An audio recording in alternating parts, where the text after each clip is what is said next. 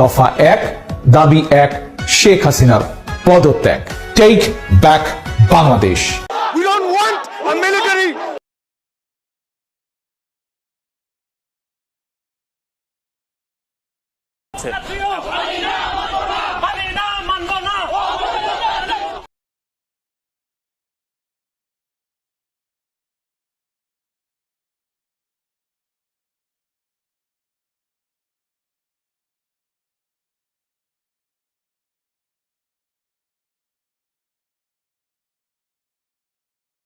হাসিনার পরিণতি কি হতে পারে?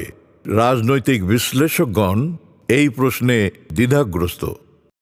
10 বছর আগে 24শে মে 2014 আপসী নেত্রী বেগম খালেদা জিয়া বললেন, আওয়ামী লীগকে সময় দিচ্ছি, এই আওয়ামী লীগ থেকে একদিন পচে গলে দুর্গন্ধ ছড়াবে। বাংলাদেশকে ধ্বংস করে দিয়ে তিনি হয়তো দেশের থেকে চলে যাবে।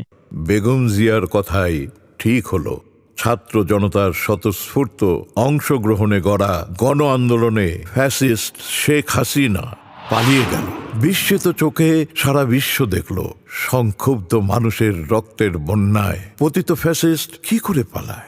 শেখ হাসিনা পালায় না,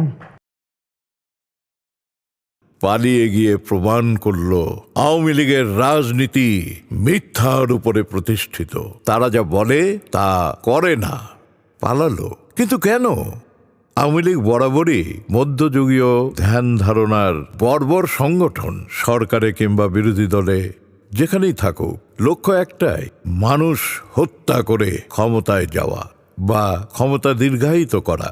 28শে অক্টোবর 2006 ক্ষমতায় যাওয়ার জন্য বর্বর ও হিংস্র হয়ে ওঠে আওয়ামী লীগ। প্রকাশ্য দিবালোকে গণতন্ত্রের সপক্ষ শক্তির নেতাকর্মীদের লগি বৈঠা দিয়ে নির্মমভাবে পিটিয়ে হত্যা করেছে।